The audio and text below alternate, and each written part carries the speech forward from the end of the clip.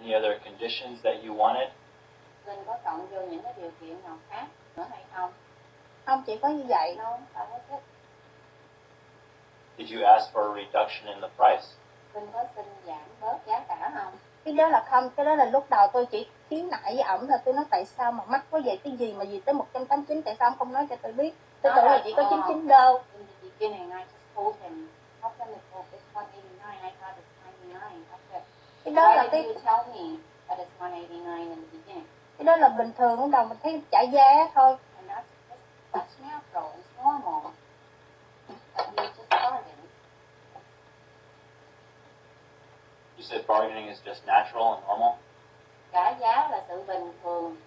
Tôi không có nói như vậy, tôi chỉ có quyền tôi phải hỏi là tại sao cái phạt này nó mắc như vậy. I didn't say that. What I meant was that I have the right question. Why is this part so expensive? Bất cứ khi nào ai nói tôi trả tiền tôi cũng phải hỏi cái đó là cái gì và cái đó là nó giá trị như thế nào. Cái đó là không fair cho tôi, tại vì không nói cho tôi biết bao nhiêu tiền rồi bỗng dưng kia không yêu cầu tôi đòi tiền tôi làm sao tôi... fair to me because he didn't tell me 189. That means he wanted 189. That's why I had to ask. So if you were willing to barter with him,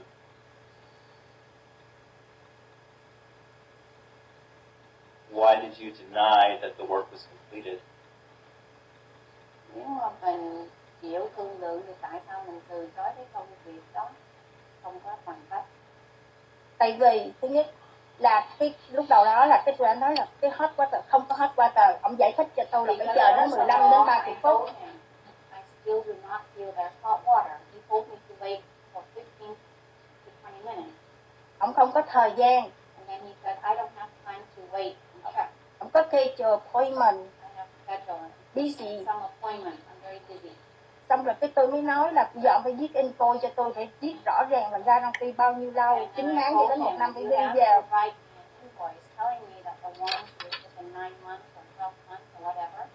Tại vì tôi không thích là nhỡ chẳng may nó hư rồi cái bây giờ tôi đưa tiền cho ông rồi ông điên mất rồi lấy đâu mà tôi tiền đâu tôi sửa.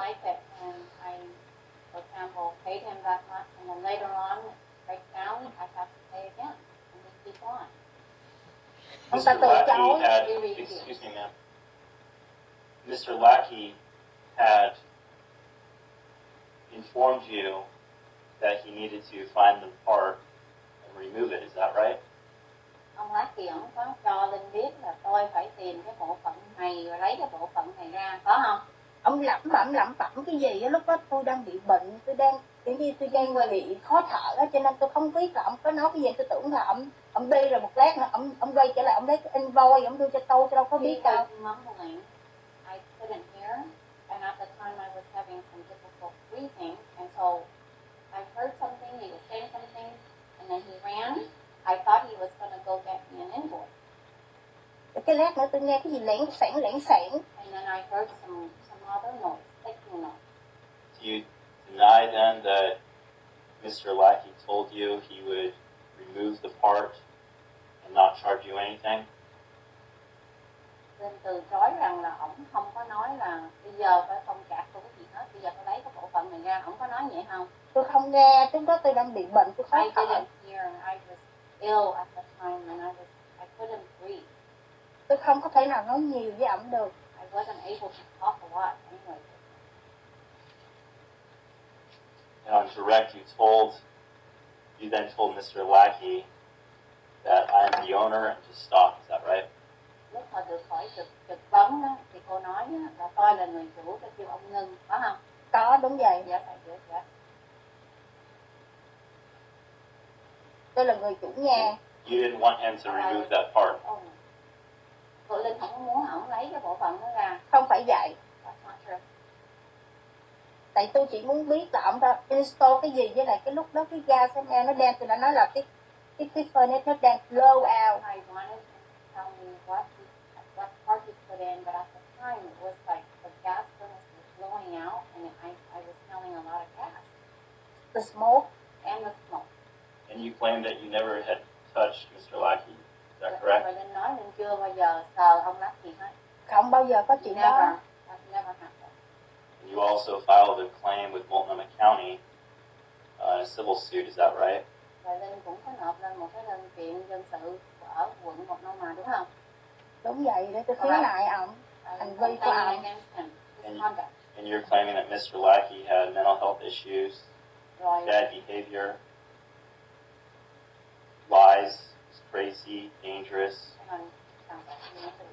Sorry. He had mental health issues. We can just break this up. Trong cái đơn kiện dân sự đó Linh nói là ông Lucky này ổng bị bệnh tâm thần nè, Bad behavior, lies. hành vi xấu nè, rồi nói dối, It's very dangerous and aggressive. người hung dữ và nguy hiểm, It's out of control, người không biết kiềm chế, assaultive, người hành hung tấn công, and he's racist toward the plaintiff Vietnamese diversity group. và ông ta thì thị những người thân chủ Việt Nam. Is that what you claimed? Có phải là linh kiện như vậy đó đúng không? Đúng vậy, tại vì ổng nói là cái nhà của tôi là nhà của ổng. Ổng nói it's my property. Correct, because he told me the house that I was living in, he said that's his property. Tôi muốn ổng giải thích là tại sao nói cái nhà đó là nhà của ổng. I would like him to explain to me why did he say that my house is his property. Moving forward, you had, through the interaction with the deputies, you admit that you were told you were under arrest. Giờ đi tới cái lần mà mình tiếp xúc với cảnh sát đó, mình có nhận là mình có nghe cảnh sát nói là tôi sẽ bắt cô. Tôi sẽ bắt cô bởi vì cô không trả cho ông. Tôi lập You're 189 under đơn, arrest nói là because vậy. you didn't pay Grant Phillips $189. That's what they said. And you then pulled away from the deputies. Rồi xong rồi rút lui không chịu đi tới cảnh sát. Tôi đang yếu như vậy làm sao mà tôi thô quay được. Tôi đang uống thuốc rồi tôi thở không được. There wasn't any way I could pull myself away. I was being weak and I was on medication. How? Hai cái officer vừa mập mà vừa mạnh như Those vậy. two officers were very strong and big. And is it your claim from that same complaint that you suffered broken legs? Nên trong cái lần kiện giống như vậy nữa, lần kiện đó nói là mình bị gãy giò, gãy chân, Ông đạp tôi một gãy cái. tay. Ông quặt tôi mà tôi nói tại sao tàn nhẫn như vậy. Tôi đã bị cái bác ác, tôi có cái chứng bệnh nó có bị cái cột sống của tôi nó bị sưng tù dầu lên mà còn tôi đâu có chống cự gì đâu mà tại sao lại dùng cái enforce. Hold stop seconds so the interpreter can catch up. Nghiệp viên có thể thực hiện nha. Because he kicked my leg and he pulled both arms. And while they were doing that, I said, "You guys are so mean. I have some spinal problems and it's swelling. And why did you do that to me? You're being very aggressive." Rồi xong rồi lấy một cái cánh tay rất là mạnh nha, ấn cái đầu của tôi, ấn cái mặt của tôi tịnh vô cái tường, rồi ấn đầu tôi xuống dưới là tôi làm cho tôi bị gãy cổ. Tôi có cái physical therapy. So at the time, I was doing some physical therapy, but one officer used his hand and he pressed really hard into my head, pressed my face against the wall, and then on the ground. Mà hai tay của tôi không thể nào pull away, tại lúc đó tôi đang cầm hai cái cell phone, làm sao tôi pull away được. At the time, there wasn't any way I could pull my arms away or pull myself away. I was holding two cell phones. Lúc đó And you claimed that you had broken legs, broken arms, and many bruises. Trong đơn kiện, Linh nói Linh bị gãy chân, gãy tay và bị bầm. lúc đó cái chân của tôi nó sưng lên, tôi đứng không được. Còn cái tôi bị nhiều thương là bác sĩ nói. Và cái tối hôm đó tôi đến bệnh viện. Later that night, I went to the hospital and the doctor told me The I was having a lot of Providence Immediate Care in the Happy Valley City. Providence Immediate Care in Happy Valley City. Vào tối ngày 23 tháng 12 năm 2015. The night of December 23rd, 2015. But you had then refused medical assistance at the scene. Nhưng mà ở nơi hiện trường thì từ chối không cho họ khám. Không, tôi ở nơi hiện trường hay là ở bệnh viện?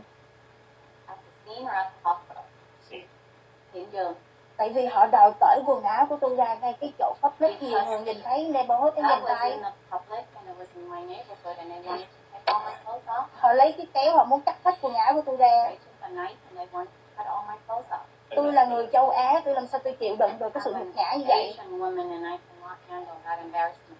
Tới trần tới chuồng trước mặt bao nhiêu I người đàn cannot ông. be naked in front of a bunch of men.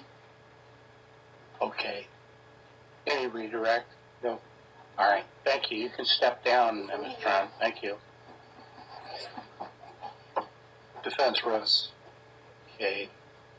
Any rebuttal? No, Your Honor. Okay. Are we ready for closing argument? Yes. Okay. Mr. Catino? Yes, Your Honor. And Judge, feel free to interject and kind of direct fire if necessary here on the issues. I'll start with the resisting arrest charge and go through harassment and theft of services. With the resisting arrest, I've provided 2 cases. Now, State v. Remsch and State v. Allison. And I found those very illustrative as far as describing the burden with respect to resisting arrest. And what I need to show here is some sort of use of force or threat of force. And then also just a risk of injury, and not necessarily an actual injury. The evidence we have of the physical force was clear from the deputies, and also from Mr. Lackey himself, that the defendant had tightened her arms up in front of her. The deputies had difficulty in pulling her arms behind her back. She had pulled away. This took approximately 30 to 60 seconds of this encounter, which is quite a long time to place someone in custody. And also that the defendant had pulled her arms away and crouched down.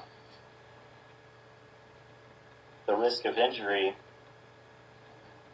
Deputy Toops did indicate that he believed the defendant did suffer a scratch on her arm. And then what you heard from Deputy Kuehl was how it could have been worse. How she could have fallen down, she could have gotten scrapes, and she could have gotten bruises based on her actions that put herself in a risk of danger.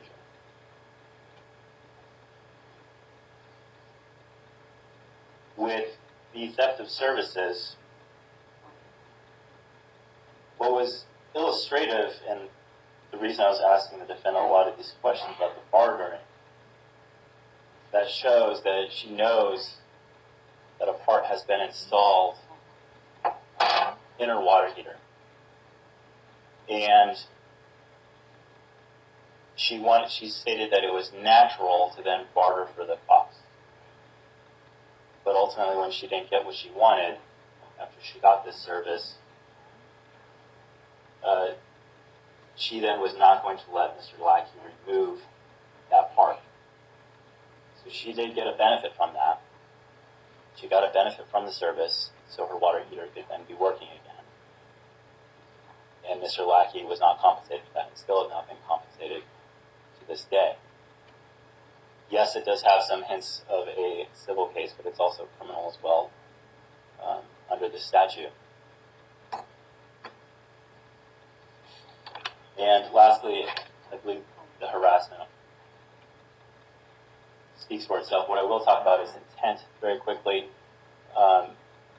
What you heard testimony is that the victim had pushed past Mr. Lackey. I believe he was on one of his shoulders, then reached for her. I believe it was his right arm. And Mr. Lackey stated that she was probably reaching for the wrench and grabbed his hand. Where the intentional part comes in is when Mr. Lackey says that she squeezed his hand for about 3 to 5 seconds. And I believe the words were it was a death lock. So if she had just grabbed the hand and let go, that would be fine. But if she's squeezing on that for 3 to 5 seconds, well, now you've got an offensive contact there, and intentional. Because if it wasn't intentional, she would have let go. With that, Judge, I believe that you should find the defendant guilty of all 3 counts. Thank you. Great. make this brief. Resist arrest, risk of injury to whom? Not the officers, according to their testimony. Theft, this comes, it's obviously civil, it comes close to almost a bait and switch situation. He comes in under the auspices of a $99 examination, and according to his testimony, he lit the pilot light and it lit right up. He checked and the component, which he later described as a thermocouple, needed to be replaced. And when asked specifically, he said, I didn't relay this to Ms. Tran. I just started working on it. I did the invoice later. The problem here is a lack of communication, and maybe it's on both of them, but clearly it's a very inartful situation, especially when dealing with somebody who you may have communication problems with. The harassment, I think counsel's hit the nail on the head, specific intent. The specific intent is to harass an oil alarm, and on the state's best evidence, what Mr. Lackey initially said was she was trying to grab the wrench. That was his interpretation of everything. We've been set for trial 5-6 times now. He's had plenty of time to think about this, and the word death grip comes up now on his hand.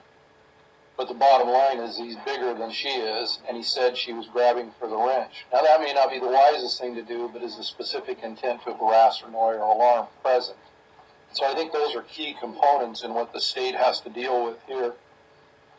And I think when it comes to proof beyond a reasonable doubt, you look at this situation and go, it's really unfortunate there wasn't better communication on both parts. And things could be handled a lot better, but are we talking about real crime here, or are we talking about really a stupid and inartfully communicated incident that could have been resolved by the person who's the merchant, maybe just backing off and saying, wait a minute, I need to come and tell you that there's a part I got to put on, and it's going to cost this much money above the service call. Do you have a problem with that, or should I not install it? Rather than presumptively installing it, and in his words, I just started working on it. So I'm not saying that he's tremendously at fault for this, but I'm saying that being the business representative and admitting to us that he had other calls he needed to make, this didn't get handled really well, and because of the lack of adequate communication, it just deteriorated. So I'm asking the court for a finding of not guilty on all 3 charges. Any rebuttal argument? On the resisting arrest, the question was risk of injury to whom. The statute is very clear that that can include the defendant. I'll leave it at that. The theft, there was miscommunication. I will concede that there was miscommunication. That's clear. But the theft really occurs when Mr. Lackey asked to remove the part, remove what he took from the van with his labor installed inside that water heater, and the defendant said, no, it's under my roof, it's mine. That's your theft right there. And Mr. Gray essentially has conceded, or what I've interpreted was conceded on the harassment, that we're talking about the same issue on squeezing that hand for 3 to 5 seconds. And nothing further, Judge.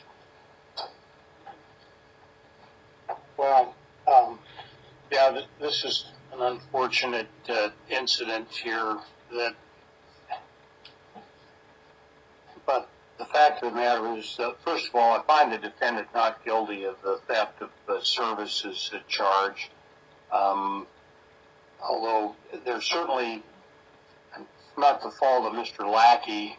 The evidence, uncontroverted evidence, which came from Mr. Lackey is that Ms. Tran said that she wanted it fixed, that they'd been relighting the pilot light, it didn't stay lit, and fix it. Any reasonable person would make the assumption that if there's a part that needs to be replaced, that you replace it. He also testified that Ms. Tran was there and watched him do the work, and frankly, I find that to be credible testimony. Based on my observations of Ms. Tran, I find it hard to believe that she would have left the garage. But they had a disagreement about the reasonable value here, and that's all that it would have been, except that Ms. Tran took it to the next level when Mr. Lackey tried to unwind the agreement by removing the part and leaving. And Ms. Tran then grabbed him, injured him.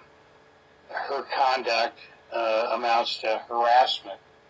She subjected him to offensive physical contact, and find her guilty of count 2.